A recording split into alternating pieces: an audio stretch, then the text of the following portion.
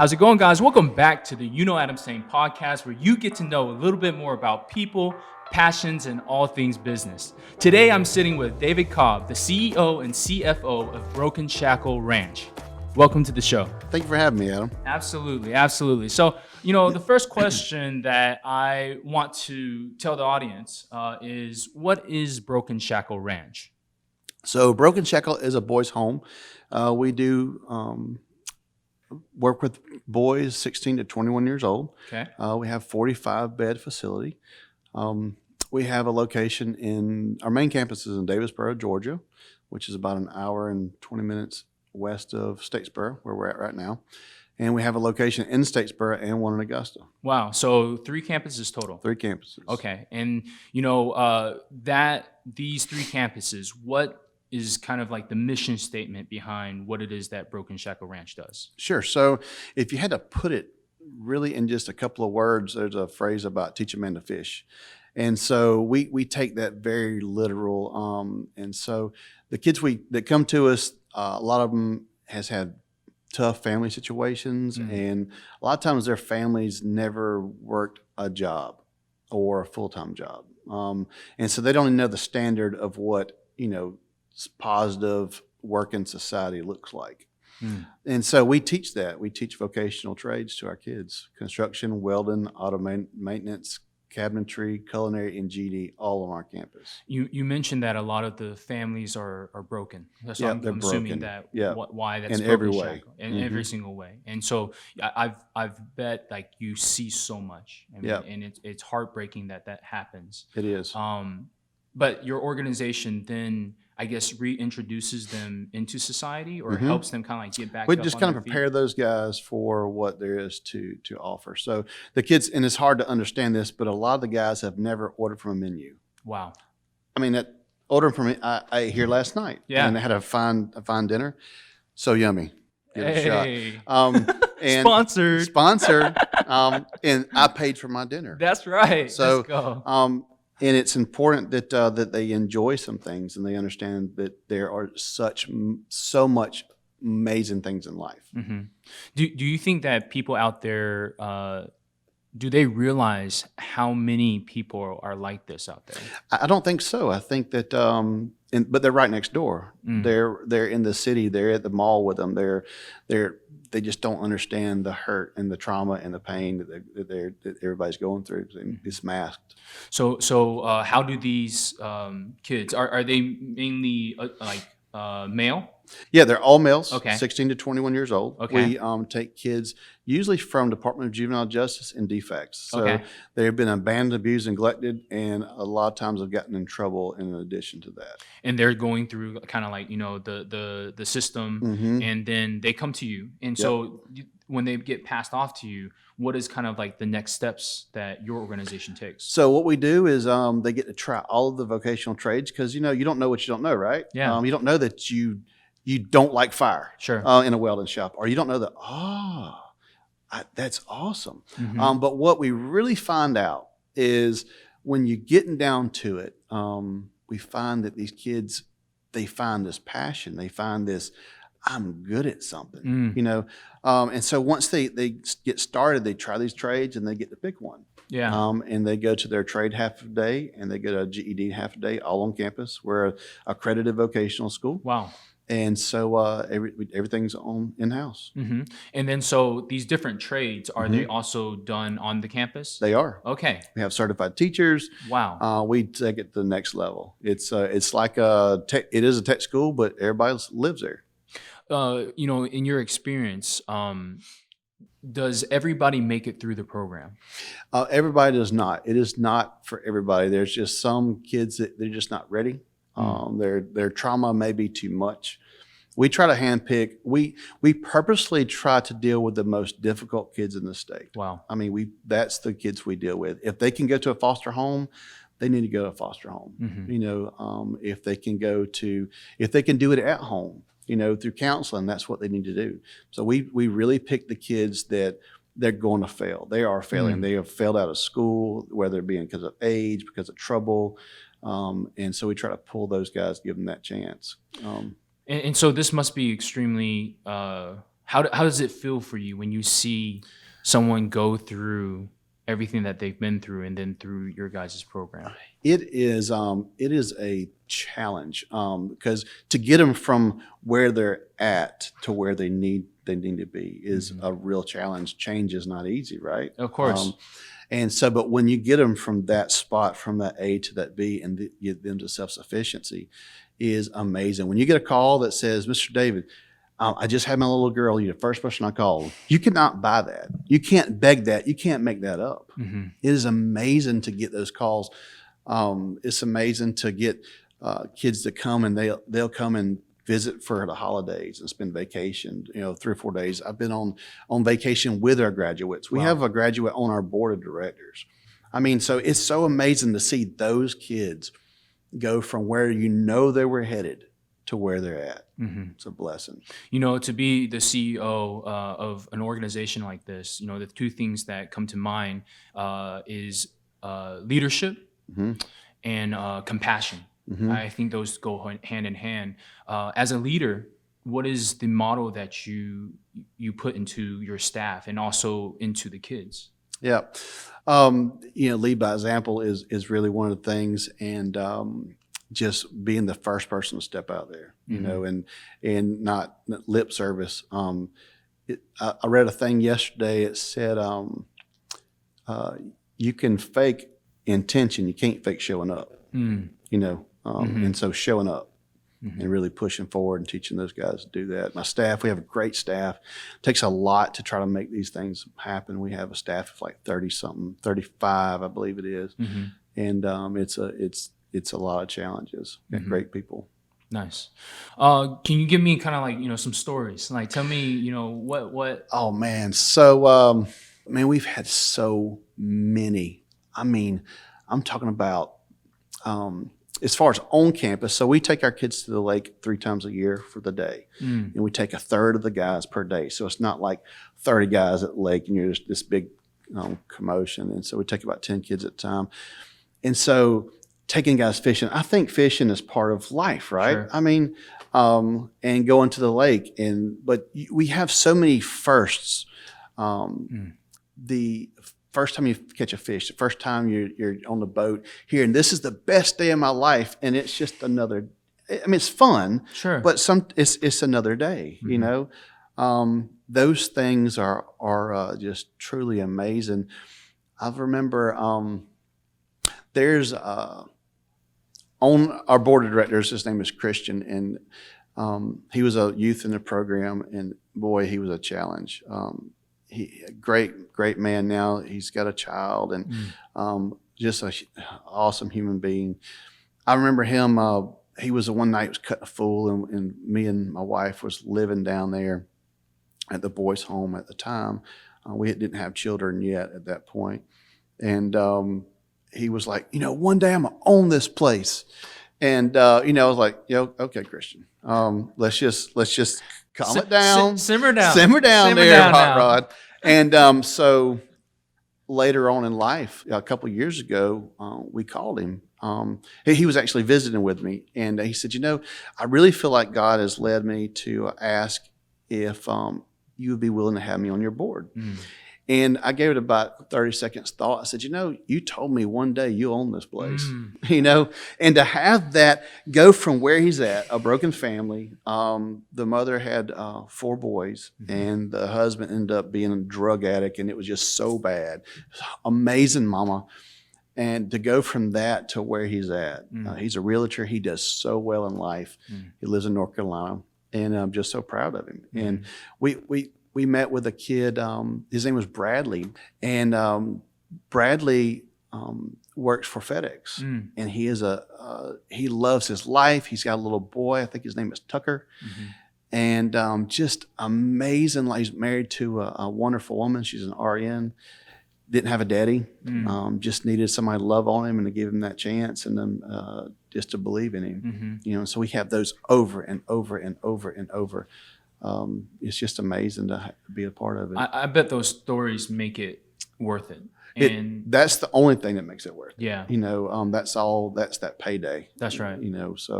So tell me a little bit about your story and how you got there. So I'm 42 years old, and my parents started this when I was 5. Okay. So they actually were. They started the Okay. home, and we started as a foster home. We had our first girl. Our first person was a girl. Her name was Crystal. Crystal was a lot, a whole lot. We've had over 10,000 kids since then, and I think combined, they were easier than Crystal, I believe. Yeah. Yeah. Was it just because it was the first one? I don't know. I think I'm married, right? Uh-huh. So it's just a challenge. I think it might have been our curve. Sure. And we deal with a lot of difficult kids. But to kind of back it up, my dad, he got really sick and had some lung stuff going on, and they gave him like a 10% chance of living. And there's like, I have 2 small kids. I got a 3 and a 5-year-old. There's just no way.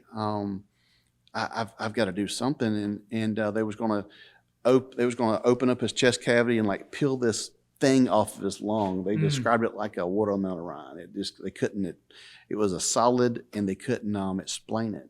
And so he went in for surgery, and the night before, he just prayed to God, and he said he was thinking about, and this was in the 80s, about how they used to do those lick and stick tattoos, and people were lacing them with acid and watching kids trip, and kids were dying from it. Oh my God. It's like, and me and my brother Daniel, we loved those little tattoos. We'd have them all over us, Yeah. And Dad was just praying to God and said, God, please take care of my kids.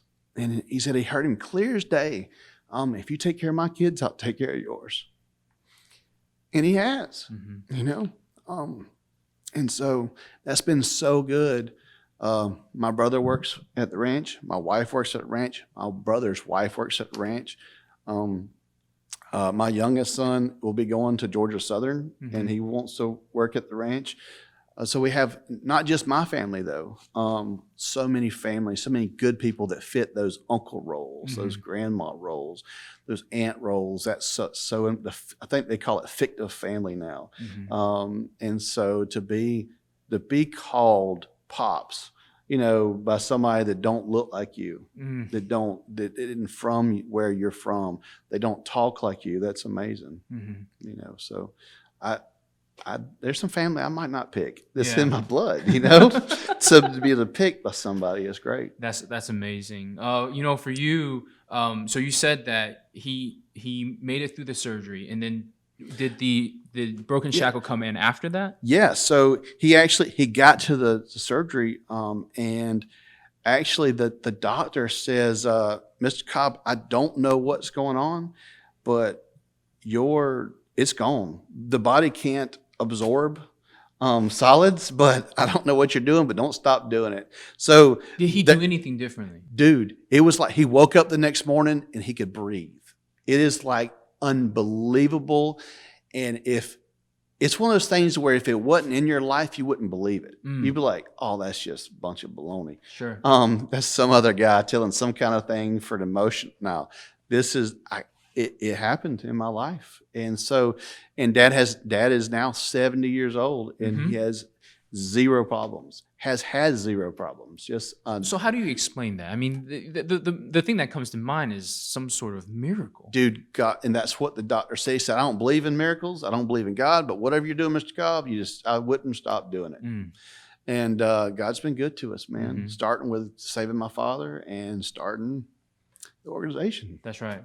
So after that, I guess, did he make a conscious decision? Absolutely. We started fostering kids, right? I mean, it wasn't long. And in our own home, in a 3-bedroom house, I think we had 6 kids, plus me and my brother at some point. And then we built a facility, a group home with 10 bedrooms. And through amazing supporters, amazing board directors, amazing community support. And it's just grown into what it is today. It's quite the operation. And then during that time, for you when you were growing up, so you had all of a sudden a bunch of, I guess, siblings, right? Yeah, a bunch of siblings, which has its pros and cons for sure. I mean, because you go from 2 of y'all to sharing parents with a dozen. That's right. And then 20. And so it sounds like a TV series gone bad, but it kind of worked out. I went through a time to where I wanted to be an engineer. I was like, Dad's like, you gonna work at Broken Shackle? Oh no, sir. I won't be broke my whole life. I promise you that. And the rest of my story goes, look at me now, and so, but I really, God has been so good to me. I couldn't ask for a better life, a better family, a better wife and kids. And it's been good. It's been way worth it. Is it easy? Absolutely not. There's a lot of things I could do, that would be a lot easier and rewarding in other ways. Sure. But man, to father so many kids, and to get those guys on that right path is just amazing. One story about another kid we had when he was 15 years old. His name was Casper's. Adopted from Latvia, and adoption failed. And so he came to us as a foster kid, just bad situation. What do you mean an adoption failed? Well, he was adopted from a family from Georgia, adopted this kid from Latvia, so it's part of Russia. Okay. And it didn't work out. Just didn't work out. The family divorced. It's just like, all right, you're going into DFACS care. And that's kind of the way it, long story short, the basics of it.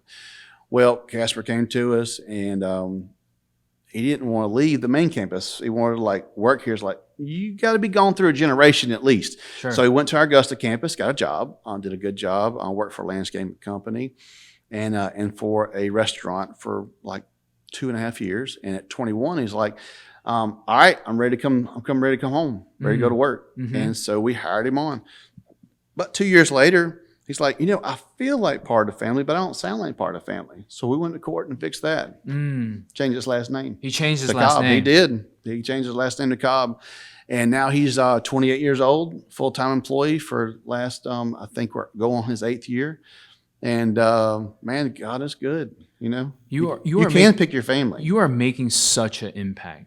We're trying to. It's such a beautiful thing to see what it is that you're doing. And it's the word YOU is there's so many people that makes that happen. It's the staff, it's the supporters, it's the kids that allow us to do this. It's the people in the state that believes what we do, and they say, all right, this is a perfect kid for y'all. Sometimes the perfect kid, or if you went to a card lot, be like, it's the perfect car. Well, that car might not run long. But these people we work with, they know what we do. They believe in what we do.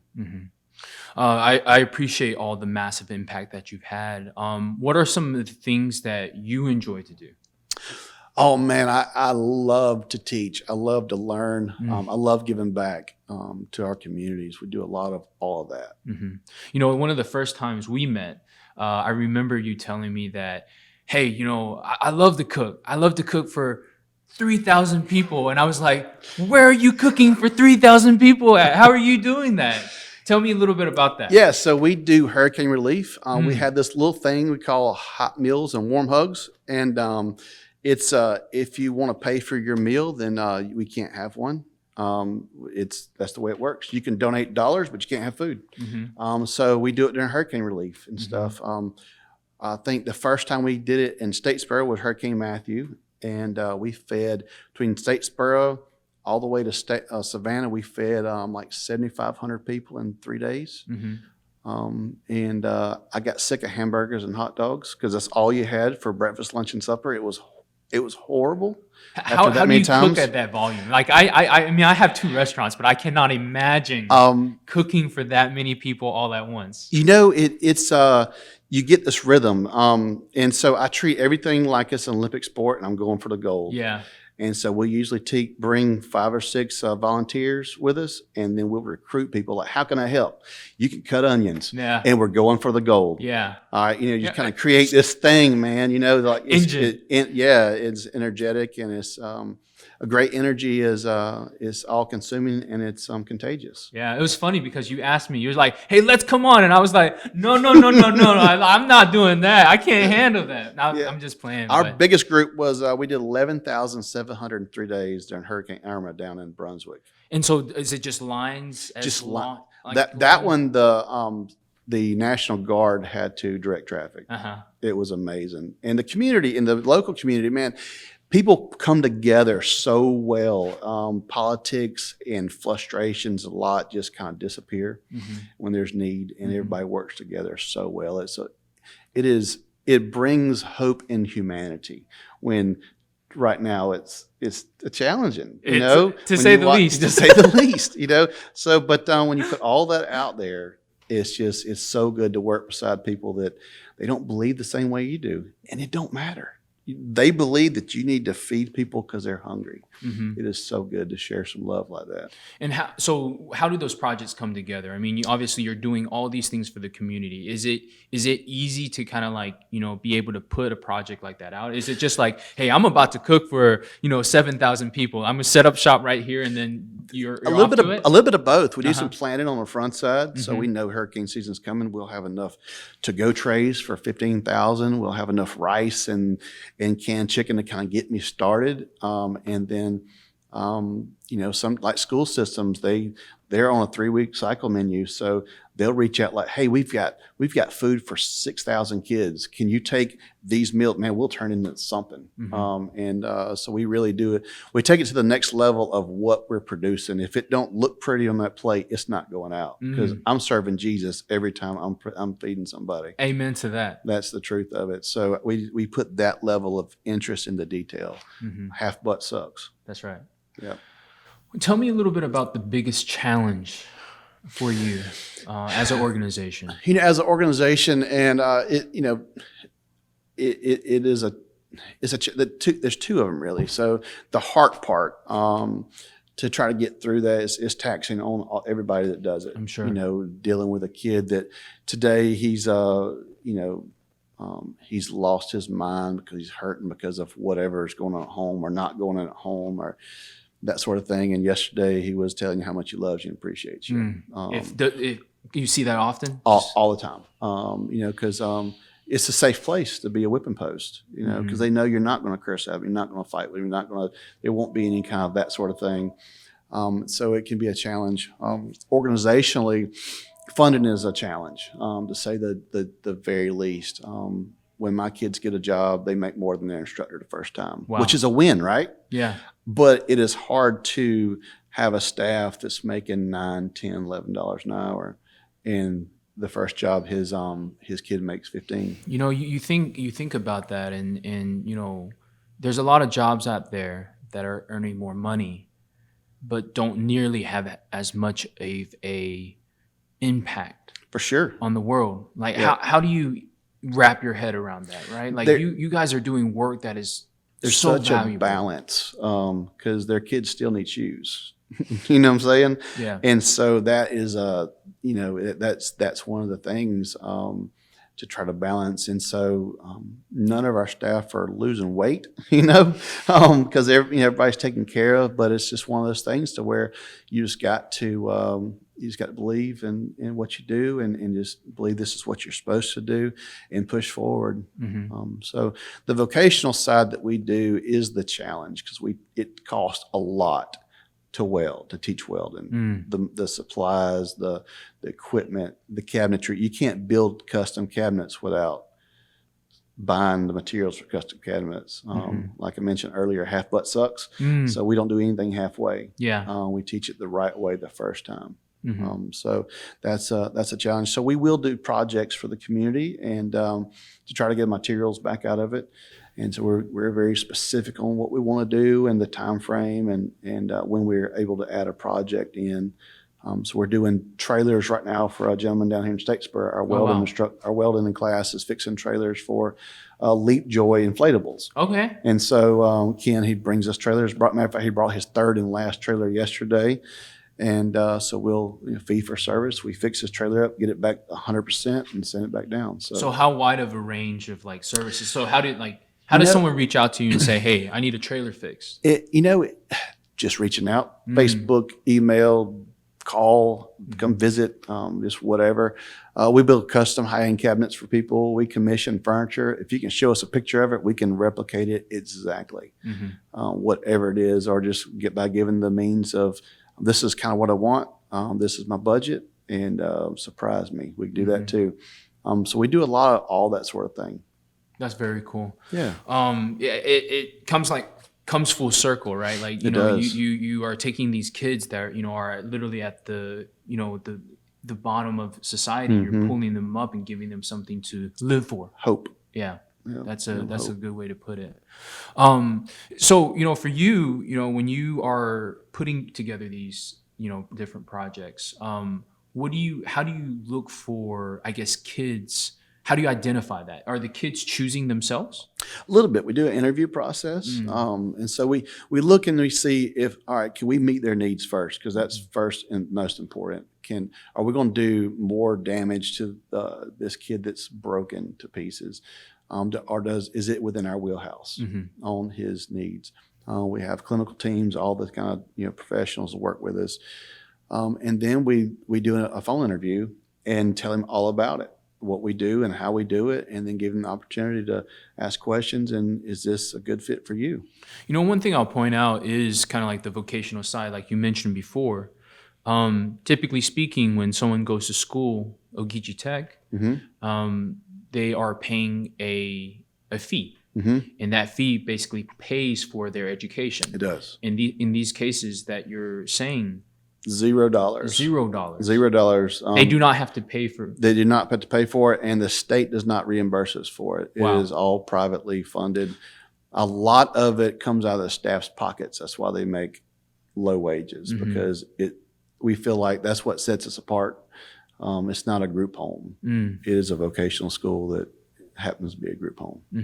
And then, so when you say the state, what does the state? They pay for something they call room, board, and watchful oversight. So house, feed, and make sure everybody's safe, and cared for. On the educational piece is something that we see puts them weight. It's not a Band-Aid anymore. Sure. An example of that as well is when a kid comes in, they've been told, you're going to be just like your daddy boy. You ain't never be nothing. And they believe it. You hear something so much that you believe it. And it's not until they start learning, because you can't give somebody self-confidence, right? Sure. You have to earn it. But you can teach them the skills to earn it. And so when they see value in what they've done, it's like, oh my gosh, I am good at this. This is awesome. Like we got a kid working at Great Dane. He makes good money. Kid working for a electrical company. He makes good money. That is when they get that. One got his degree in construction, finished up in December or November. The other one got his in welding. And so when they gain that, it's like, there's a part of them you can't tell them nothing. It's like, oh my God, they found their niche. For these kids, it is amazing what you do for them. What is something that you would want, the world to know about what it is that you do? I think as far as what we do, it would be, you don't have to invent the wheel. There are awesome organizations, including ours for sure. But there's somewhere around you that you can help and be a part of the solution, not just complain about the problem. We do hear about that a lot, especially on the Facebook, that just everybody's just got. What do they say? Not about us, but Sure. like in period, just complaining about the kids, how they don't have any manners, they don't have any. But it's because they wasn't given manners, they wasn't taught. Just be a part of the solution. I think for us, there's so many opportunities to be a part in some kind of way. I believe there's 3 ways. There's prayer, that's free. There is resources. And when I do speaking engagements, I'm not here for a check. I'm not scared of a check, but I'm not here for one. I'm really here for resources, job opportunities. If Adam had a sushi class or extra sushi, he don't have to write a check for sushi revenue. Adam can be a part of that in any way he wanted to. And everybody that has a job or has a life has something that they can give to somebody else. Just anything somebody could do in excellence. What's the best way to get in contact? There's so many things that you can do to help. Our webpage is bsr.education and has my contact information. You can go to the Broken Shackle Ranch Facebook page, and I get those messages immediately. I'll respond within 20 minutes usually. my contact information, my cell phone's on my webpage as well. Absolutely. Well, David, I wanted to first thank you again for everything that you're doing for the community, the world. From deep down, we've known each other for quite some time now, but every time I see you, you have great energy, and that's something that not a ton of people have. And for me, I can see why that's the case. Sure. You do so much for just everybody around you. That it truly is inspiring for me. For sure. To be able to see that. But I wanted to thank you for sharing your story. For sure. I want to thank you for, everything that you do. And then, that's the show. Thank you so much. All right. I appreciate it. Yes, sir.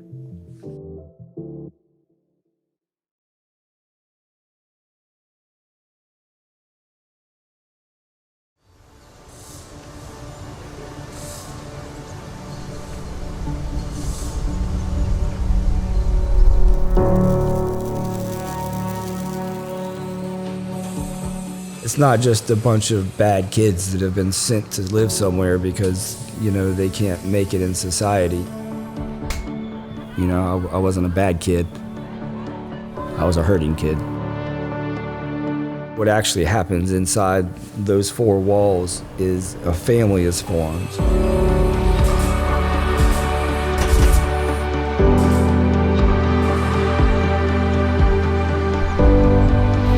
Create a moral foundation. You show them what it's like to be loved, but then also you show them how they can earn a living to where they can have a quality life. And Broken Shackle is the best of the options that I've ever seen.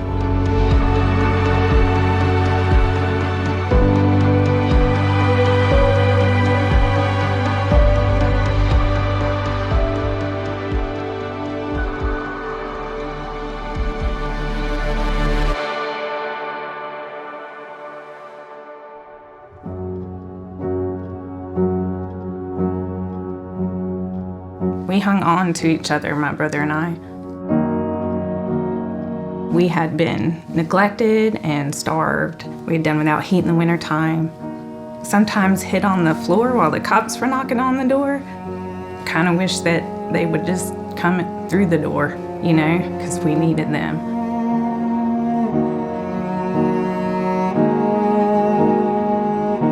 That becomes your normal. When everything stops and you're in a safe home, it's kind of like that's when you fall apart.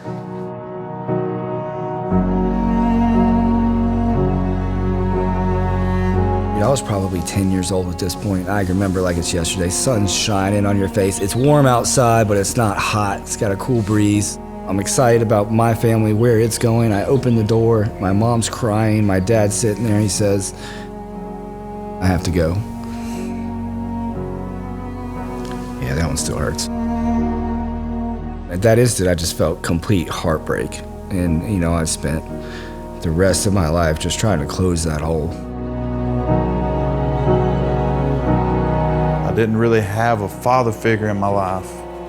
My personal, real dad was never there. Never knew him.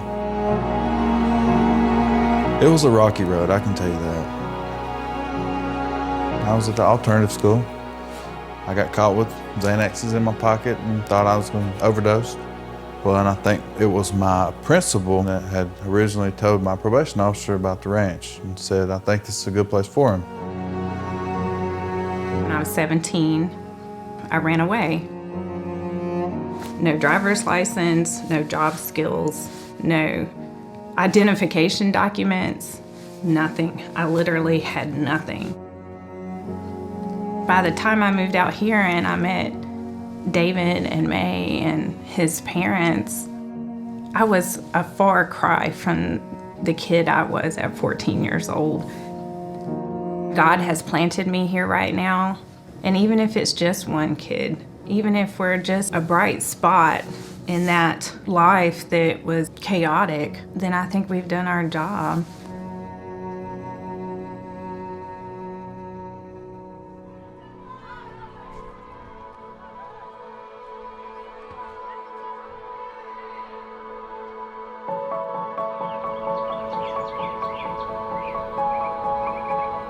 They taught you a routine. They taught you You got to get up, you got to work, you got to go to school. You got to do things to be productive in life. I was never given up on and never had the chance to fail. If I did fall, I was going to get right back up.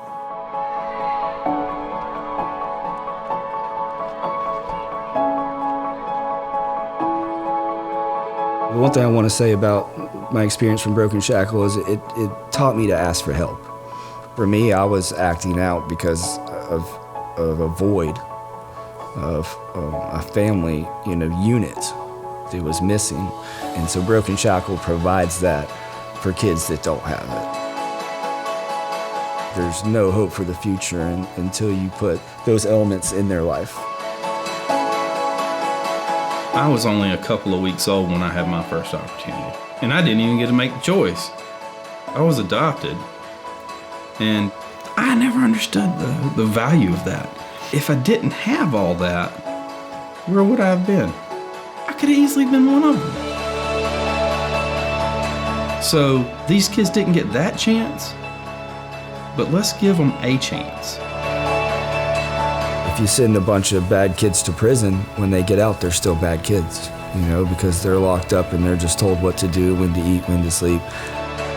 When you treat a young boy like a person and you see them for the value that they are and what they can be instead of the mistakes they made, they tend to transform into that. I wouldn't be here today if it wasn't for Broken Shackle Ranch. I can just about promise you that. For me to be able to sit here today and be able to think back and be able to see where I was to where I am now, it's amazing. They're not criminals. They're hurting kids that maybe hadn't had a dad at home or a mama to love on them or somebody that they can rely on. It's a lot of stuff that, we're trying to do right now, and we really need all the help we can get. We're a facility with an in-house technical college that separates us from dang near any other facility of its kind. These kids, on a high percentage, leave here with a GED, and many times a trade that is useful to support themselves. How do we expect them to stand on their feet without that package?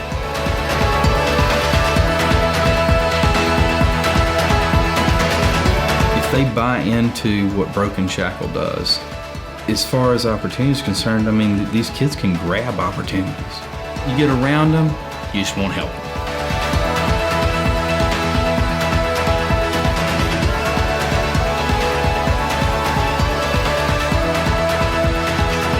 If I hadn't had Broken Shackle to give me that start, to get those seeds planted, there would have been nothing to grow at that point. We were designed that way, to have a mother, a father, and a family unit. And so Broken Shackle provides that for kids that don't have it.